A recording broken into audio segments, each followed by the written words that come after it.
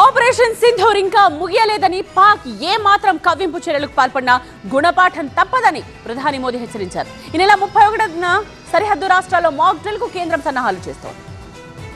Operation Sindoor తర్వాత పాకిస్తాన్ ప్రగల్భాలు తగ్గడం లేదు. విదేశాల్లో పర్యటిస్తున్న పాకిస్తాన్ ప్రధాని షాబాజ్ షరీఫ్ మళ్లీ రంకెలు వేస్తున్నారు. భారత్ తో యుద్ధానికి సై అనే రీతిలో మాట్లాడుతున్నారు. కాల్పుల విరమణపై కూడా తప్పుడు ప్రకటనలు చేస్తున్నారు. భారత్ కూడా పాకిస్తాన్ కు ధీటైన జవాబిస్తోంది. ప్రపంచ దేశాల్ని చుట్టిస్తున్న అఖిలపక్ష బృందాలు పాక్ నిజస్వరూపాన్ని బయటపెడుతున్నాయి.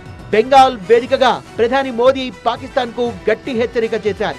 3 సార్లు పాకిస్తాన్ భూభాగంలోకి ప్రవేశించి భారత సైన్యం దాడి చేసినప్పటికీ దానికి బుద్ధి రాలేదన్నారు.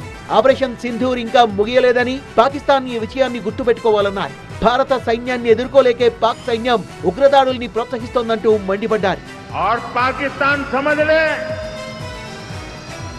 3 बार घर में घुस करके मारा है. हम शक्ति को पूजने वाले लोग,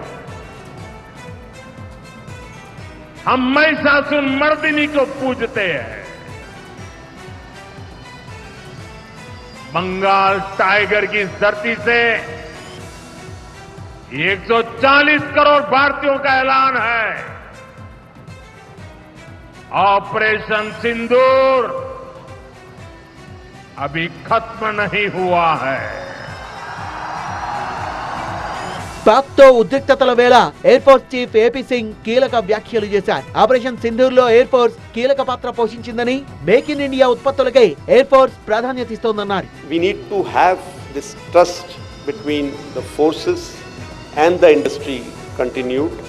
We need to have communication continued. We need to be open with each other. We need to be very open and forthright with each other so that this relationship doesn't break down anywhere. మరోవైపు పాక్ తో ఉద్రిక్తతల వేళ ఈ నెల 31వ తేదీన సరిహద్దు రాష్ట్రాల్లో mock drill కు కేంద్రం సన్నాహాలు చేస్తోంది. ప్రతి నెల సరిహద్దు రాష్ట్రాల్లో మాక్ డ్రిల్ నిర్వహించాలన్న ఆలోచనలో ఉంది కేంద్రం.